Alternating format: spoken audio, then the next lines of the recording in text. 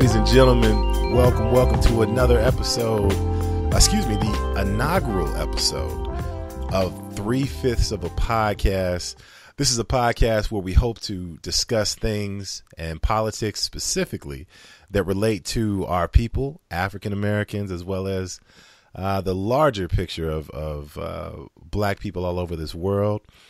And my name is Teddy D. I'm happy to be one half of this show. You can find me at the Why Not Podcast as well as the Black Astronauts Podcast. And I'm honored by the other half of this collaboration, the homie whose idea this was, one half of the Brothers Lehman Sports Happy Hour from the Black Is Network, where you can find anywhere where great podcasts are distributed. None other than Mr. Jonathan Lehman. How are you, sir? Appreciate that, sir.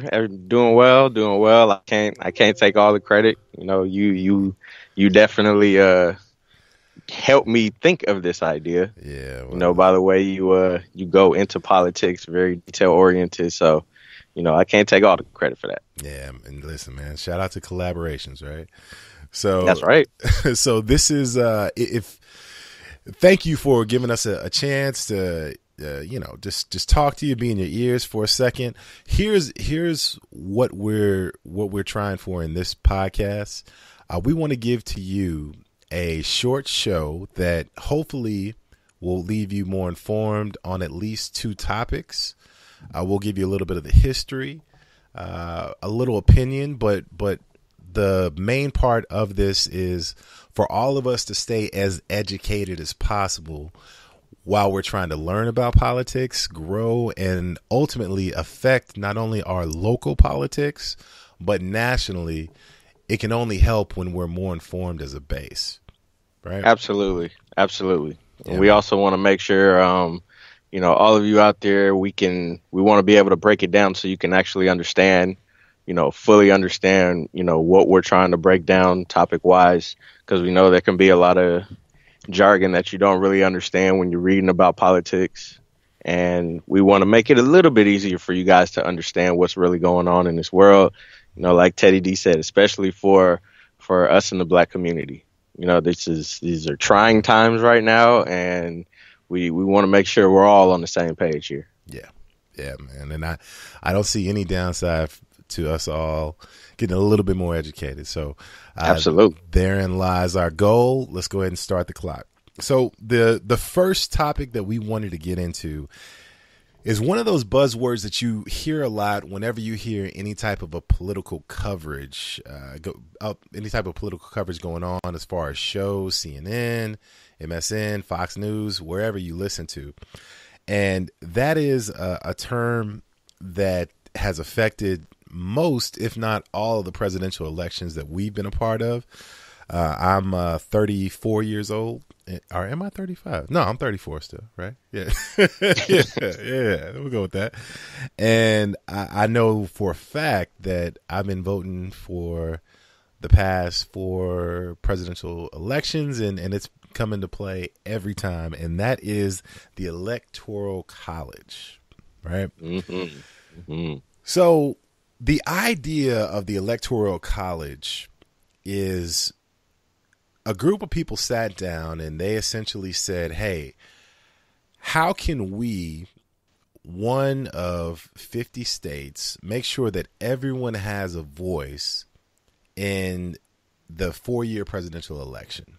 So the way that the country is set up is like most countries all over the world, is that you have some areas in the country, in our situation, it's a state, that have a larger population than others. So if there were no electoral college, every election would essentially be decided by Texas, California, New York, and Florida. 3. Yeah. I mean, 4 of the most heavily populated states in the whole country. So instead of just saying, hey, there's 35% of the country and what we all think, the Electoral College takes each state and says, hey, California, you are, the largest state that we have. So, of course, we want you to have a little bit more say, but instead of having such a large percentage, you can have 55 electoral college votes in the election, which means that it's less weighted, but they still matter more than, say, I think Nebraska Nebraska has like 6 comparative, right? So Correct. Especially with the California primary, if you're a Democrat, even in the Republican too, but especially in the Democratic Party, whoever wins California is a big deal. So that's the idea. What are your thoughts on the Electoral College? I mean, the Electoral College, I understand their reasoning behind it because you want to make it fair. But the irony of the reason they created it was so that the fear of a tyrant or somebody, with ulterior motives, persuades or sways the public opinion and then just gets voted into office. Now, the irony is that we have a tyrant in office right now. Literally. That they specifically use this way to keep out. Yeah. So it's like it, and the other ironic thing is the popular vote and the Electoral College almost go hand in hand. I mean, 9 times out of 10, if you win the Electoral College, you win the popular vote. Except so there have been 4 situations where it has not happened. 2 of them were in the 1800s. Yep. The other 2 were 2000 with George W. and Al Gore, right? And we all know about that situation. Yep. And then of course, Mr. in office right now. Yeah, man. And what? 4 times in history, and twice that in our has lifetime. happened. Yeah, and twice in our lifetime. Yeah, man. And and the irony is, so this is the point where being educated on something helps you understand how ridiculous the situation is. And with this, you hear our current president say comments like, this is the biggest victory that's ever been had. So many people are for him. The people have spoken, so on and so forth. Well, here's why Trump won, and this is a topic that we're going to go into in depth later on in this season, but we'll mention it and then move on. Voter empathy, which essentially means that the candidates that are running either are so mediocre that no one has a strong opinion about, or in the Democrats' case, Hillary Clinton, she didn't rile up the base of the party. And the base of the Democratic Party now isn't what it's always looked like, but as of now, it's younger, progressive, liberal, minority, and it's no coincidence that when Hillary was running, that you heard stories of in 1996, she said, when referring to the crime bill that ultimately sent a lot of African Americans to jail. Yep. She said the phrase, calling them super predators. Super predators. Super predators.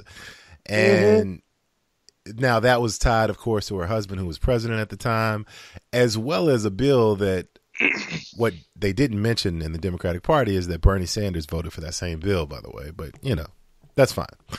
You almost feel that it was looked over a little bit because so many people loved her husband. Yeah. People loved Bill Clinton. People loved Bill Clinton. And I mean, I wasn't huge in politics, but from my perspective, I assume he was a good president. Yeah, I think I've never really heard people talk down about him. Right. In our age, what I remember about Bill Clinton as a president? I remember that life was good. And That's what I'm saying. Life was great. There were yeah, no issues, no problems. yeah, man. Like the economy was booming. You had Hmm. the .com rage was going on. Like Hmm. if anyone is our age listening to this or younger, you can remember at the time that things might have been going well specifically for your family. The military was a great career. You didn't have to worry about going into a war at the time. Great benefits, all the money in the world, all that good stuff. So that was my relation to him. But as an adult, I look back, and one thing that I resent, even though we didn't know that President Obama, the greatest president that we'll ever see in our lifetime, was going to go on to be the first black president. You can remember the rhetoric of how people remember President Clinton, which was quote unquote the first black president. The first black president. And you think about how disrespectful that is. Why they said that now? Because he admitted to smoking weed and he cheated on his wife. Yeah, and he got some head in the Oval Office. And he played a horrible saxophone on Arsenio. Really? Yeah. Really? That's all you need? Really? Like, let's Oh, go man. ahead and up the standards a little bit, people. Like, we're more than that, but I'm trying to. So we bring all that because it does actually tie into the Electoral College.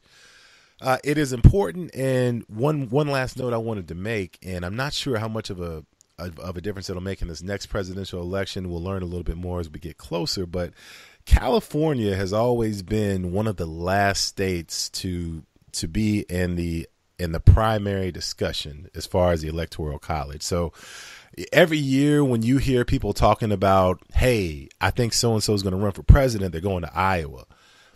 That's because Iowa is literally first in line for the whole country for their state primary to choose who is going to actually, elect, be the presidential candidate that we vote for.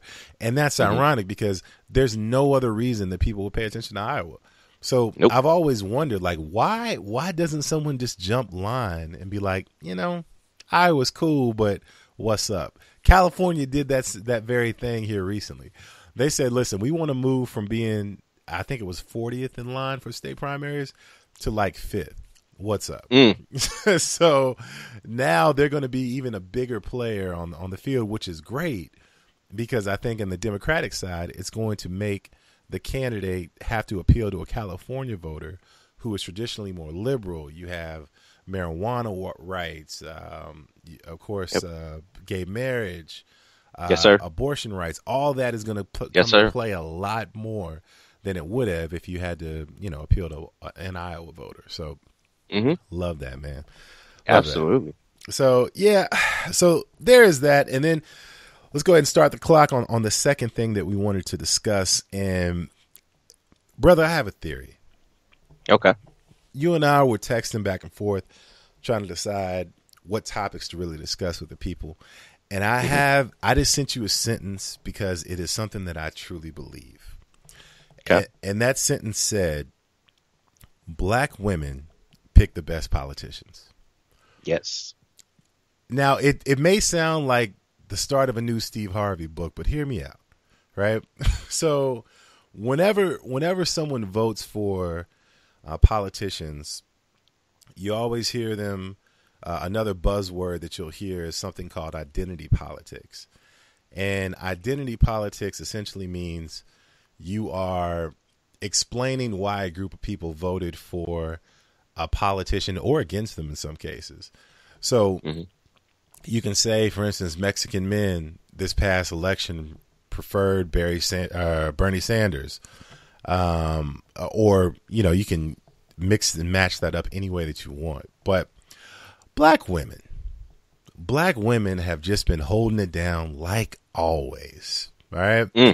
I looked at the numbers, and even though the numbers are they challenge depending on who you're getting the numbers from. I won't even focus on the numbers. I'll just focus on the end result, which is to say that let's take these past 3 elections. All right. These past 3 elections, black women for a presidential candidate have voted for Hillary Clinton and by extension, Tim Kaine, and President Obama twice. Mm.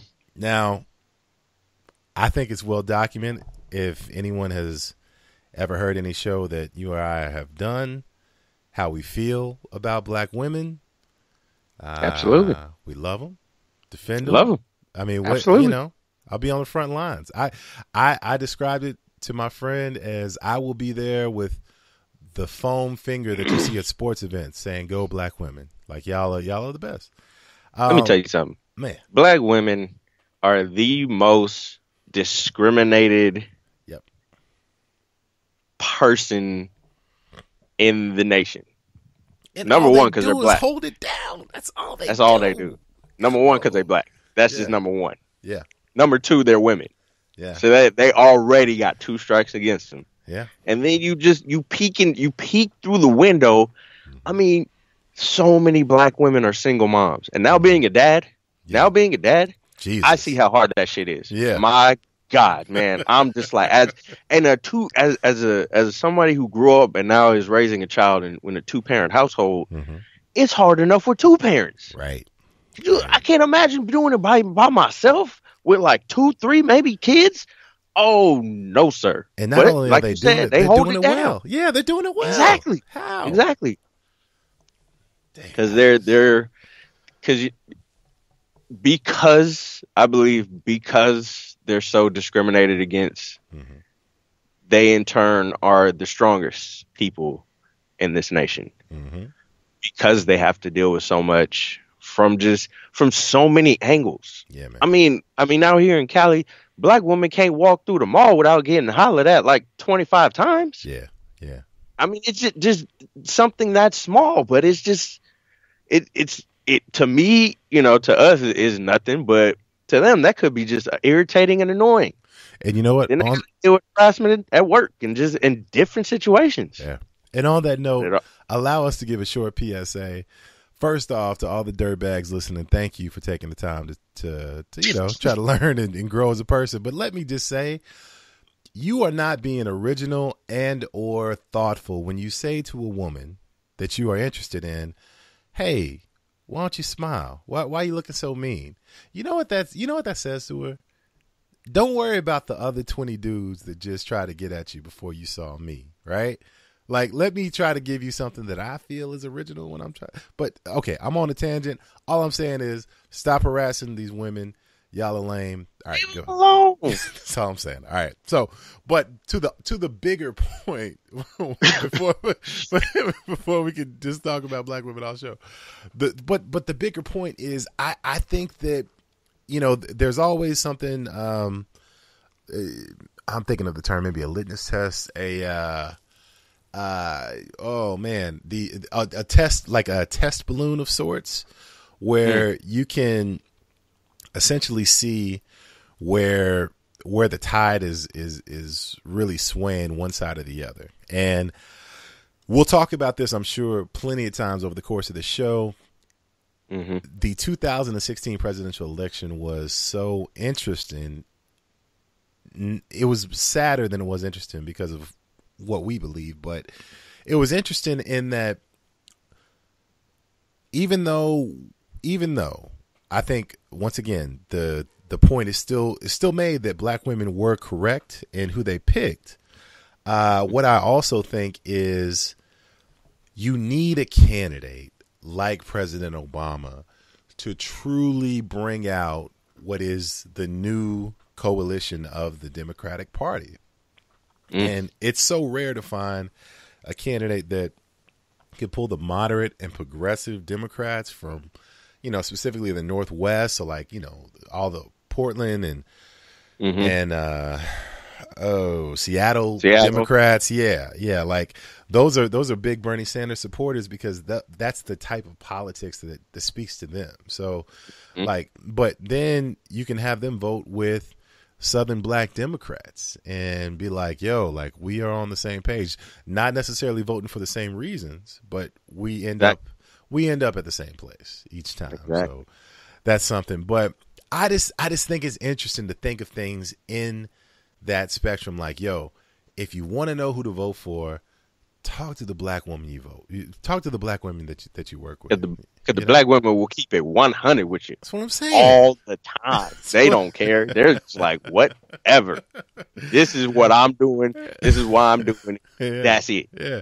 And who doesn't want a black woman riding with you? Come on, man. Come on. Just act right. Once you good, man, they'll ride with you till the wheels fall off. Man, I just, boy. So, all right, people, we can actually go on for 14 different topics for 18 different hours for things that we can talk about that interest us in politics. But once again, one of the goals is to keep this as concise as possible. Absolutely. And we can try to learn together. So please feel free to reach out to us. We are going to set up an email account soon, but as of now, JL, please tell the people where they can not only support your show, but where they can find you in these social media streets, sir. Hey, always can find me, my brother as well, Chris. We do the Brothers Lehman Sports Happy Hour. You can find it anywhere, Stitcher, iTunes, TuneIn Radio, anywhere really you can find podcasts. If you want to reach out to us, hit us up at Twitter, at Brothers Lehman. We're always talking, chopping it up. Shout out to the thread. Indeed. And then you can always hit us up as well via email at thebrotherslayman@gmail.com. So, yeah, we're always willing to speak to anybody. We take any kind of feedback, any criticism, whatever the case. So hit us up. I love it. And you can reach out to me at Teddy_D_ on Twitter. And you can also reach out to me as Dwight Ted on Instagram, the Why Not Podcast, as well as the Black Astronauts Podcast. We appreciate all the love and support. And as always, family, we'll catch you next show. Listen, now that you woke, what you gonna do? All right, peace. Shout out to the black women. That's right. Love